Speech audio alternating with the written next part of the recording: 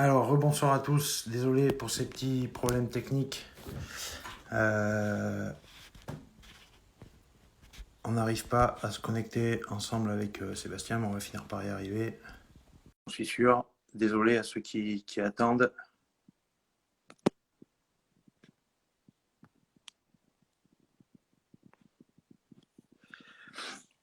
C'est bon de nous rejoindre. Ah, voilà, c'est bon. Impeccable. Salut Pierre, Salut Seb, ça va? ça va très bien. Ouais, impeccable. Ah, non, par contre là, faut que tu reviennes avec nous. Ça marche bien. Qu'est-ce qui se passe? Je sais pas. On va voir.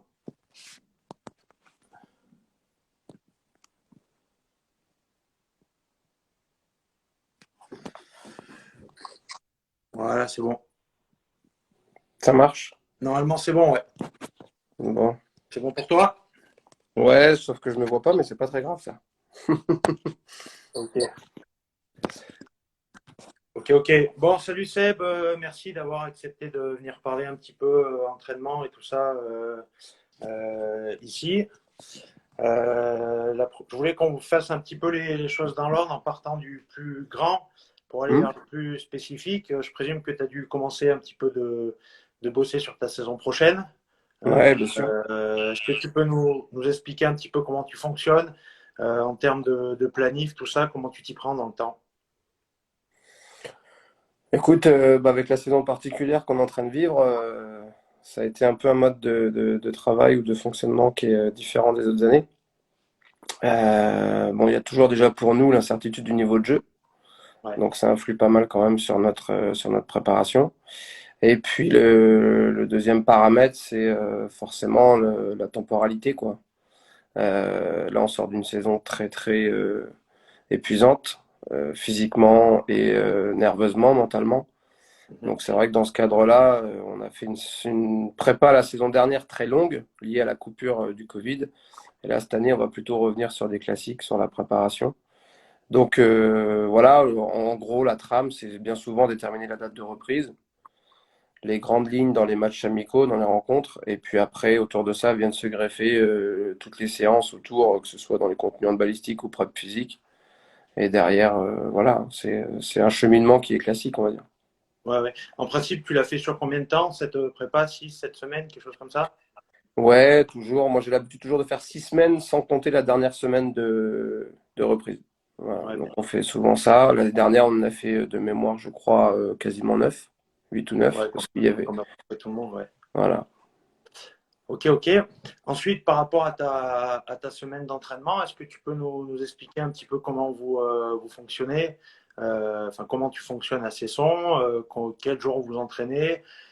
Sachant que, bien sûr, cette année, c'était un petit peu particulier parce que vous jouiez un petit peu tous les jours, n'importe comment, mais comment tu fonctionnes? Combien il y a d'entraînements de handball? Combien d'entraînements de prépa physique? Nous expliquer un petit peu tout ça.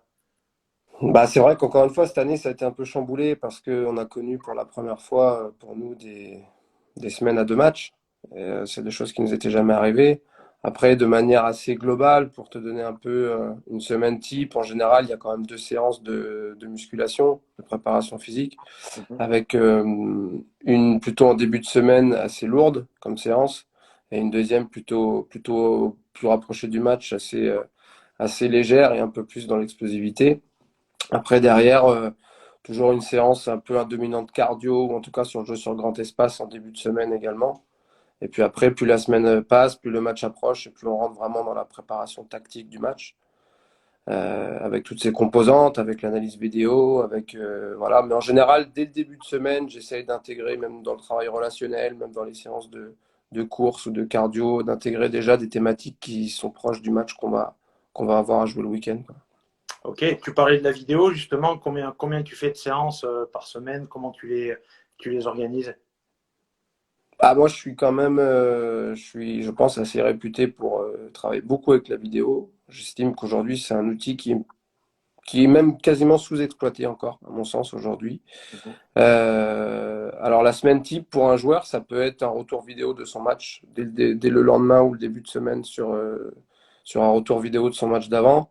Et après, j'ai minimum 2 vidéos, une sur chaque composante de l'équipe qu'on va rencontrer. Donc, quand la thématique, c'est plutôt notre attaque, ben, on analyse la défense adverse, avec le lendemain, inversement dans la dialectique.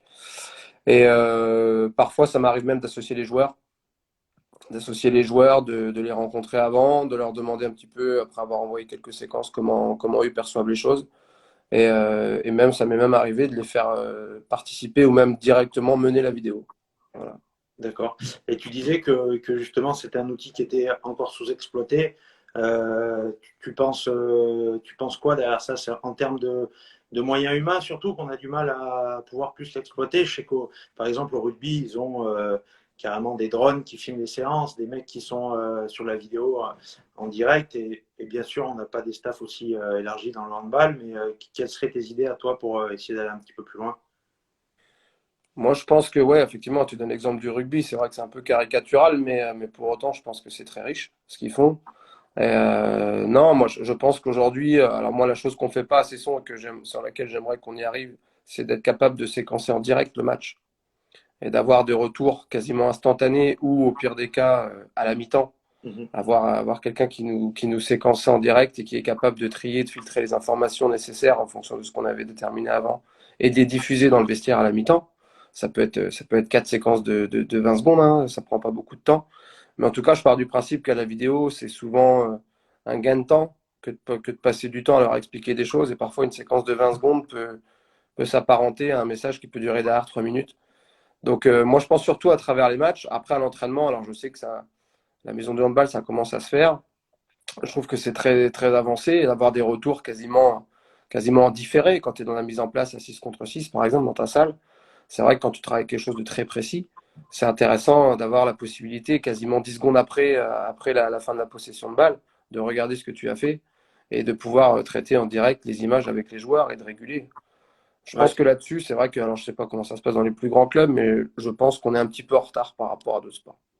Ouais, je rejoins tout à fait ton avis. Tu parlais justement du 6 contre 6. Je reviens sur la séance en balle à proprement parler. Quelle part tu y accordes à ce 6 contre 6 dans la semaine? Tu l'as dit que plus les jours avançaient, plus tu te rapprochais du match. Donc ça veut dire que sur le début de semaine, tu es plus sur du travail 2 contre 2, 3 contre 3 ou tu travailles directement 6 contre 6? Non, moi j'ai quand même beaucoup pour habitude de mettre du 6 contre 6 dans mes séances. Beaucoup, à intensité différente, avec de l'enchaînement de tâches différents en fonction de la stratégie qu'on veut mettre sur chaque entraînement. Mais c'est très rare que je fasse un entraînement sans 6 contre 6. C'est très très rare. Donc j'ai toujours pas l'habitude, même si ça finit par que 5-10 minutes, mais de toujours mettre une petite séquence de 6 contre 6. Pour autant, après, il peut y avoir du 6 contre 6 à thème, hein, très orienté avec des choses très très précises. Mais non, je suis quelqu'un qui en fait beaucoup, régulièrement. Ouais. Ok, très bien. Pour rester sur la séance, la partie échauffement, comment tu fonctionnes? Ça, c'est une grande question parce que c'est vrai que bah, moi, je suis un entraîneur qui vient d'en bas, hein, qui a commencé par les jeunes, qui a, comme tout le monde, mis son sac de ballon dans le coffre et a été un peu se faire les dents dans les écoles, chez les catégories jeunes, etc. Pour après être sur des jeunes adolescents. C'est vrai que la particularité du milieu d'adulte, c'est qu'il y a des routines. Hmm. Et moi, ma personnalité, je suis quelqu'un qui déteste la routine. Et c'est vrai que bah, c'est un peu écrit que quand tu entraînes des adultes, ou en tout cas des professionnels, c'est vrai que les séances sont hiérarchisées, quoi. Que ce soit dans le jeu d'échauffement, dans l'échauffement des les passes, l'échauffement gardien, etc. Et moi, ça, c'est quelque chose qui me dérange. Parce que au plus profond de moi-même, c'est quelque chose dans lequel je ne crois pas. Je ne crois pas parce que je pense qu'il n'y a rien de pire, même pour un joueur professionnel, d'être dans une routine. Donc, je suis pas quelqu'un qui aime faire toujours le même jeu d'échauffement. Voilà, je fais rarement le même jeu d'échauffement. J'aime bien alterner. Même parfois, ça m'arrive de ne pas faire de jeu d'échauffement, de faire d'autres choses. Mais en tout cas, dans les entrées de séance, voilà, j'essaie au moins de changer ça. Après, je sais que sur d'autres choses comme les relations ou même l'échauffement gardien, c'est plus compliqué. Mais voilà, j'essaie d'alterner en tout cas là-dessus. Et pareil dans l'animation de la séance. Je trouve que c'est très intéressant que ce soit quelqu'un du staff aussi qui puisse prendre l'échauffement. Ou par moment même de laisser même les joueurs en autonomie, de se réguler eux-mêmes sur l'arbitrage par exemple. Et voilà. Donc je suis pas forcément tout le temps interventionniste sur les échauffements. D'accord. Et par rapport à quelqu'un du staff, justement, est-ce que vous avez des rôles bien définis dans les entraînements ou est-ce que vous voyez en fonction de la séance comment vous allez fonctionner? Non, toutes nos séances sont préparées à l'avance avec le staff, hein, moi en l'occurrence avec mon adjoint. Le contenu, la thématique préparée en début de semaine et le contenu préparé le jour même de l'entraînement. On n'arrive pas à l'entraînement. Lui sait ce qu'on va travailler et moi je sais ce que j'attends de lui en fait. Donc, alors après, il y a plusieurs modes de fonctionnement, hein. Parfois, l'adjoint peut prendre toute la séance. Parfois, l'adjoint peut prendre que l'entrée de la séance jusqu'à une situation précise ou un moment précis où je reprends le relais dans l'animation. Parfois, je peux prendre tout également.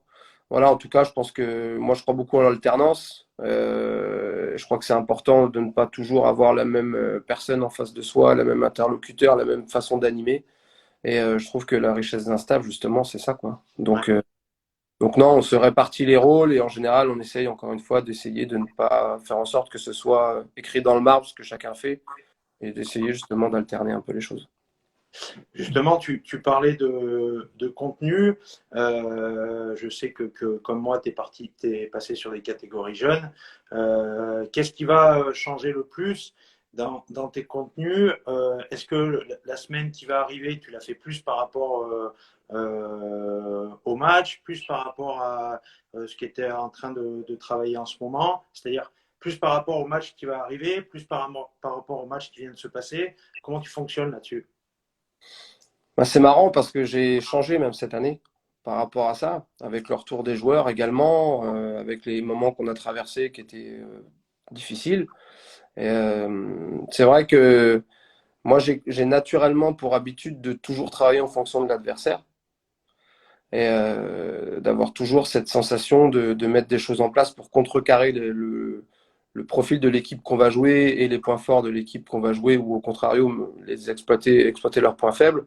Et c'est vrai que le retour qu'on a eu avec les joueurs à un moment donné, dans la façon dont on travaillait, etc., c'est ils ont émis le souhait qu'on se préoccupe un petit peu plus de nous-mêmes. D'accord. Voilà. Et donc, je te donne un exemple type où parfois, comme je te disais, on était la veille de match ou 48 heures avant, on travaillait notre, euh, notre attaque par rapport à une défense d'un adversaire. Et ça m'est arrivé des fois de demander à notre défense, enfin, aux joueurs qui défendaient, de se mettre un peu dans la peau de l'adversaire, de dire attention, eux, voilà, à cet endroit-là, ils vont plutôt agir comme ça. Et en fait, arrivé à un certain moment, quand tu répètes ça toutes les semaines, bah, ça perturbe en fait. Ouais. Ça perturbe parce que les joueurs, déjà, d'une, ont le sentiment de ne pas être concernés par le maillot que tu portes.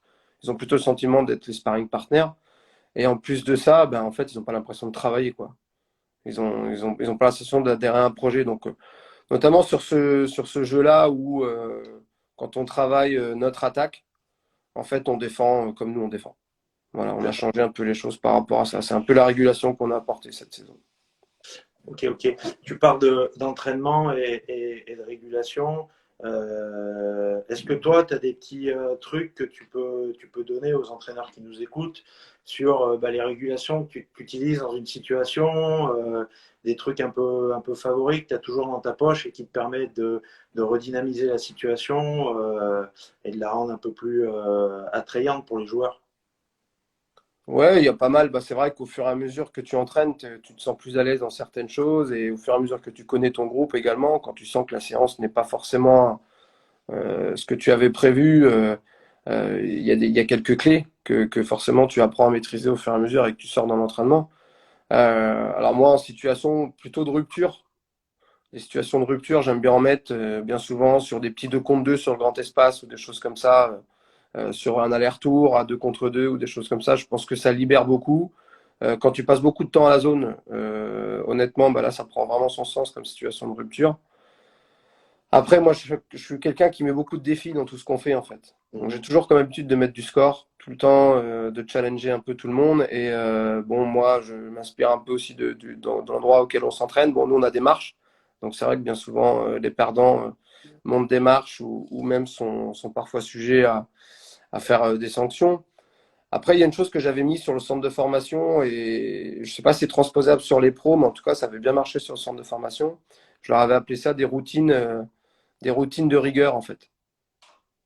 Et en fait, il y avait un tableau dans le vestiaire, une grande feuille où c'était marqué les choses sur lesquelles à l'entraînement, à partir du moment où ça se passe, j'ai même pas besoin d'intervenir. De même, ça doit sortir. Donc, par exemple, sur un échauffement gardien, le joueur qui tirait hors cadre, sur une séquence de tir, le joueur qui loupait un tir ou voilà, un joueur qui perdait un duel en défense ou des choses comme ça. Voilà.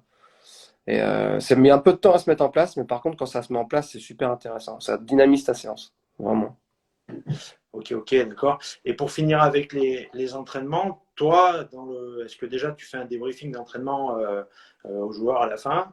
Et est-ce que toi, pour toi, tu prends des notes par rapport à certaines choses que tu aimes bien garder pour la suite? Comment tu fonctionnes?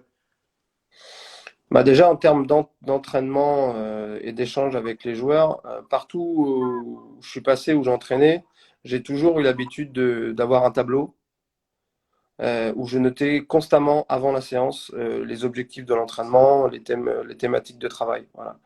Et maintenant, je le fais même autant, même quand on travaille notre attaque, je le fais même sur notre défense en fait. Voilà. Ça concerne ça sert à donner du sens à l'entraînement pour chacun d'entre eux et surtout avoir un petit post-it tout au long de l'entraînement pour qu'ils sachent vraiment les choses sur lesquelles je les attends. Et après l'entraînement, bah, je me sers de ça justement pour, euh, pour leur demander un peu leur ressenti. Est-ce qu'on a eu les comportements qu'on souhaitait? Est-ce qu'on a obtenu ce qu'on souhaitait sur l'entraînement? Et j'ai souvent comme habitude aussi de finir quasiment en situation en fait. Si on finit à la zone, par exemple, j'arrête les choses et pour stabiliser, en fait, je remets des choses en marchant ou je remets des choses vraiment pour valider ce que j'ai vu et ce qui a été très bien pour que ça soit la dernière image qui garde de l'entraînement. D'accord, ok.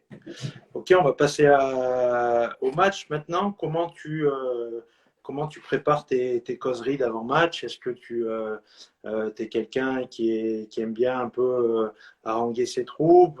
Comment tu fonctionnes là-dessus? Voilà, j'étais quelqu'un qui fonctionnait avant beaucoup. J'avais tendance à beaucoup monter dans les tours, à être beaucoup dans le dynamisme, beaucoup dans aller chercher vraiment tout ce que je peux chercher au fond de leur trip. Et depuis, j'ai appris aussi à mener d'autres leviers. Voilà. En tout cas, pour la causerie d'avant-match, c'est quelque chose, moi, que je laisse jamais au hasard. C'est toujours D'accord. quelque chose que je prépare, tout le temps. Je prends minimum 1 heure à chaque fois dans ma journée de match pour préparer ma causerie. Parfois même, dans la semaine, ça m'arrive d'avoir des moments où je me dis, tiens, ça, faut que j'en parle. Donc, je le note. En tout cas, c'est quelque chose chez moi où je n'y arrive pas, ou en tout cas, voilà, il y a très peu de hasard dans ma causerie d'avant-match. Voilà. Après, bah, j'essaye en général d'aller chercher, en fonction du contexte, en fonction de l'équipe, dans la dynamique dans laquelle on est, l'équipe qu'on affronte. Voilà, j'essaie de trouver à la fois les bons mots et aussi de m'adresser à tout le monde parce que c'est vrai que le message passe différemment d'une personne à l'autre. Et c'est ça le plus dur dans une causerie d'avant-match, en fait. C'est de se dire, il faut que je touche tout le monde. Alors, il y en a certains, ils vont être touchés, comme tu disais, par un discours très motivationnel et avec le verbe haut ou des mots précis. Et il y en a d'autres, ils n'ont pas besoin de ça et ça va pas du tout les atteindre, quoi. Donc, c'est tout l'enjeu d'une causerie d'avant-match, c'est de faire en sorte que tout le monde s'identifie un petit peu à cette causerie et tout le monde rentre avec vraiment l'envie que tu veux leur transmettre, quoi. Ok. Et par rapport à la mi-temps, est-ce que tu as une trame particulière ou est-ce que tu improvises match après match? Non, j'ai une trame. Je leur laisse, en général, bah, déjà, je les laisse rentrer dans le vestiaire tout seul. Et avec mon adjoint, on discute facilement 1 ou 2 minutes en dehors déjà sur ce qu'on a à se dire. Après, quand je rentre, j'ai de nouveau 1 ou 2 minutes où je rentre, je prends la température. C'est un moment où, oui, en général, quand je suis pas là au départ, ils commencent à échanger, donc je les laisse continuer à échanger. Et après, si ce qu'ils disent, il y a des choses qui me semblent très pertinentes par rapport à ce qu'on s'est dit, je rebondis tout de suite dessus. Et après, dans la trame, il y a d'abord une intervention plutôt sur le handball, la tactique, le jeu, et après une autre intervention plutôt sur les individus, sur les hommes, sur s'il y a des personnes à remobiliser, ou en tout cas sur la motivation, l'état d'esprit, ou des choses comme ça. Voilà. Et ça se termine toujours entre eux. Ça commence entre eux et ça se termine entre eux, tout le temps. D'accord, ok. Et justement, tu parlais de ton adjoint, que tu discutais avec lui avant de leur parler. Quel rôle il a, lui, sur le banc, dans le match? Qu'est-ce qu'il fait concrètement? Moi, je lui ai dit, écoute, je veux bien, je préfère avoir trop d'informations que pas d'informations en fait. Donc, dès qu'il y a quelque chose qui pour lui semble pertinent, je lui demande de m'en parler. Après, c'est à moi de filtrer, à moi de garder la tête froide pour faire le tri et de garder ce que je veux garder. Mais en tout cas, voilà, ça c'est la première des choses. C'est dans le managerat, dès qu'il y a quelque chose qui lui semble opportun de me dire ou important de me dire, il se lève et il me le dit. Après, nous, dans notre fonctionnement, moi, je lui demandais aussi pas mal d'avoir un échange beaucoup avec le joueur qui change, parce qu'on a minimum, nous, à chaque fois un changement. Donc, c'est lui qui apporte à chaque fois les régulations avec le défenseur ou avec l'attaquant, en fonction de dans quelle partie du terrain on se trouve. Parce que effectivement, on prévoit notre trame avant et on sait ce qu'on attend. Donc, à chaque fois, il a ses régulations avec lui pour qu'après, sur le terrain, il transmette le message aux autres. Et puis après, non, voilà, hein, c'est tout. Je crois que voilà, de manière collective, en tout cas, il me donne le maximum d'informations et je fais le tri. Après, de manière individuelle, il est vraiment missionné sur les leaders qui font les changements dans les secteurs de jeu qu'on a D'accord. identifiés. S'il y en a qui ont des questions à poser, vous n'hésitez pas à les poser. On y répondra en direct. Moi, je vais enchaîner sur la fin du match et le retour au vestiaire. Comment tu gères ça en fonction de victoire, défaite? Quel est ton avis là-dessus? Je suis pas quelqu'un qui va beaucoup au vestiaire après le match. Euh, alors déjà d'une parce que quand c'est pas une fin joyeuse pour nous, je pense que c'est pas bien que j'y aille. En général, je suis quelqu'un qui, bah, comme tout le monde, déteste perdre et j'ai souvent du mal à redescendre, donc je préfère m'éclipser. Et quand c'est une fin plutôt heureuse pour nous, en général, je les laisse vivre leur moment. Voilà. Moi, j'ai d'autres préoccupations, j'ai d'autres missions également, mais non, si je passe, c'est vraiment très furtif en fait. Mais c'est très très rare que je passe dans le vestiaire. D'accord, ok. Le Même, vestiaire, il appartient aux joueurs. Je dis ouais, souvent ça, mais voilà, c'est pas un lieu, c'est pas mon lieu de vie, c'est le leur. d'accord. Même que ça soit, justement, dans ma question, je voulais différencier, que ça soit domicile ou extérieur, ça ne change rien par rapport à ça. À l'extérieur, j'en profite encore plus parce qu'à l'extérieur, vu qu'on est quasiment 80% de nos déplacements la veille dans la ville ou chez l'équipe dans laquelle on se rend, ça m'est même arrivé parfois de faire mes causeries en dehors, D'accord. de faire mes causeries à l'hôtel, de retarder l'arrivée le plus tard possible à la salle si j'estime que voilà, de se démerder pour que le kiné ait le moins possible à faire dans le vestiaire, qu'on arrive et que tout de suite, en fait, ma causerie, en fait, c'est un rappel synthétique qui va peut-être durer 1 ou 2 minutes. Mais le plus gros, le message que je voulais leur faire passer, je l'ai fait passer avant à l'hôtel. Voilà. Ça m'est arrivé de varier un peu par rapport à ça, notamment sur les matchs très importants où voilà, je souhaitais leur parler tête froide et les laisser monter petit à petit en température entre eux. Voilà. Et après, j'ai des relais hein, dans le vestiaire, forcément, où voilà, j'ai des relais, mes cadres. Ça m'est arrivé sur un match cette année très important. Ce sont les joueurs qui ont fait le discours. Hein. Ouais, Voilà. Je leur ai demandé de se lever et je leur ai dit voilà, vous allez me dire tout ce qui passe par votre tête, staff compris. Moi, j'ai dit ce que j'avais à vous dire à l'hôtel. Maintenant, à vous de parler. Quoi. ouais, d'accord. On a une question. Quelles sont les composantes que tu vas prendre en compte pour construire ton projet de jeu, toi? La première des choses, c'est mes joueurs.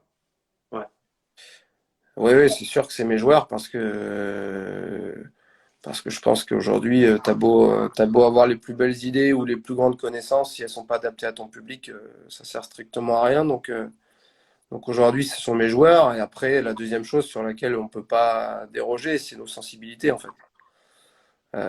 Moi, j'ai mes propres sensibilités qui, dans le milieu du hand, qui ont évolué, mais qui sont quand même, pour certaines, restées intactes. Et que ce soit défensive ou offensive. Et c'est vrai qu'après, c'est à nous de mettre en corrélation à la fois notre philosophie et les joueurs qu'on a en face pour que ça colle au mieux quoi, dans le projet de jeu. d'accord. Par rapport à ça, toi qui es passé l'entraînement des jeunes, est-ce qu'il y a des différences dans tes constructions de projets de jeu entre une équipe adulte et une équipe jeune? Et si oui, quelles sont-elles? Ah oui, oui, il y en a de différences. Et je me bats avec. Hein. Mais franchement, chez les pros, Enfin, en tout cas, ouais, chez certaines équipes, c'est compliqué. Chez les jeunes, ils sont malléables, ils sont transformables, tu peux t'adapter, tu peux jouer avec eux. Euh, Moi, vraiment, je passais que 3 mois sur le centre de formation à Cesson, mais je me suis éclaté avec eux parce que j'étais capable d'une semaine à l'autre, ou en tout cas dans le projet de jeu, de leur proposer trois défenses totalement différentes. Et de m'amuser un peu à chaque fois en fonction de l'adversaire, de sortir une défense avec, ou avec tel joueur de jouer différemment. Bon, les pros, c'est totalement différent. Les pros, ils ont besoin de garanties, ils ont besoin de certitude, ils ont besoin d'être assurés dans leur routine, dans ce qu'ils pensent maîtriser, parce que des fois, ils pensent maîtriser plein de choses, mais finalement, c'est peut-être pas ces choses-là dans lesquelles ils sont les plus à l'aise. Et faut leur faire comprendre que ce qu'ils pensent le mieux, c'est peut-être pas le mieux, et ce qu'ils pensent le pire, c'est peut-être le mieux pour eux. Et voilà, c'est cette capacité à les transformer, en fait. Et ça, c'est très difficile. C'est très difficile, et je pense vraiment que faut avoir un esprit de conviction très fort. Et bon, je pense aussi que c'est lié au tempérament de l'entraîneur aussi, hein, forcément. Et je pense que c'est aussi une croyance limitante qui s'est installée au fur et à mesure des années. Et pour moi, c'est clairement une connerie. Et je m'en suis rendu compte aussi quand j'étais joueur. Hein. Je pense qu'il faut arriver à amener beaucoup plus de diversité dans les projets de jeu et que le besoin de se rassurer, pour moi, c'est un faux prétexte à vouloir toujours faire la même chose. Ça, c'était un petit avis Je suis euh, entièrement d'accord. personnel. Quelqu'un qui demande, ça t'arrive plusieurs fois de faire la même séance dans la semaine ou voire même dans le mois. Est-ce qu'il y a des séances que tu répètes? Oui, oui, bon, on a toujours dans nos séances des situations types, hein. Des situations types ou des situations de répétition où voilà, il y a toujours besoin de répéter les choses, je pense, parce que même quand on pense qu'elles sont validées, au bout de 2, 3 semaines, il faut revenir dessus parce que c'est toujours le même problème en fait. Quand on pense qu'on a stabilisé l'attaque, par exemple, on va faire un cycle de défense. Et au bout de la moitié du cycle de défense, on se rend compte qu'il faut refaire un cycle d'attaque parce qu'il y a déjà des choses qui ont été oubliées et c'est toujours pareil. Ouais, non, chaque entraîneur a ses situations types dans lesquelles il se sent à l'aise et aussi, encore une fois, que les joueurs adhèrent. Après, ça dépend aussi de ce qu'on cherche, hein. Est-ce qu'on a besoin de redonner de la confiance? Est-ce qu'on a besoin de les mettre un petit peu en échec, de sortir de la zone de confort? Est-ce qu'on a besoin de les rassurer? Enfin, il y a plein de situations qui s'apprêtent à plusieurs aboutissements. Mais moi, je conseille vraiment à tous les entraîneurs, par contre, d'avoir toujours ça en tête. Ça, c'est, pour moi, à mon avis, c'est primordial. En général, on a toujours l'impression que quand on prépare super bien une séance, ça va super bien se passer. Et malheureusement, parfois, les séances les plus préparées ou sur le papier les plus belles, c'est souvent les plus merdiques. Et, et souvent, ces séances-là, bah, il faut être prêt à avoir les régulations ou peut-être même, comme tu disais tout à l'heure, les quelques petites situations clés ou de rupture qui peut te permettre aussi, toi, en tant qu'entraîneur, de t'évader et de sortir un peu du truc pendant 2, 3 minutes pour respirer et repartir après. Parce que c'est vrai qu'une séance, c'est court, mais en même temps, il se passe beaucoup de choses et c'est dur de prendre en compte tous les éléments. C'est ça, c'est ça. Exactement. On a d'autres questions. Une question sur comment tu réussis à impliquer ou responsabiliser les jeunes joueurs qui sont susceptibles de ne pas jouer beaucoup. Et ça, c'est une question déjà qu'on m'a posée en privé sur le compte. Comment tu fais, toi, de ton côté? C'est très dur. Franchement, c'est très dur. Euh, c'est très dur parce que quand tu es dans une situation où tu as une obligation de résultat, c'est compliqué de à la fois prendre le risque de les mettre sans avoir de garantie qu'ils vont t'apporter ce que tu penses qu'ils peuvent t'apporter ou ce que l'équipe a besoin. Mais moi, je suis quelqu'un qui a tendance à pas avoir peur, en fait, enfin, pas avoir peur, à les responsabiliser assez tôt et de leur donner de la confiance. Et je pense qu'il faut les lancer en tout cas dans des situations où peut-être personne s'y attend et où peut-être pour eux il y a le moins de risques en fait, Mhm. où ils ont plus d'insouciance. Moi, j'avais profité par exemple d'un match à Montpellier pour le faire quoi, parce que alors, même si le score était serré, mais je trouvais que c'était le moment opportun, que pour le gamin c'était ce moment-là pour lui et qu'il était prêt. Il avait montré à l'entraînement qu'il était prêt. Et voilà. Après,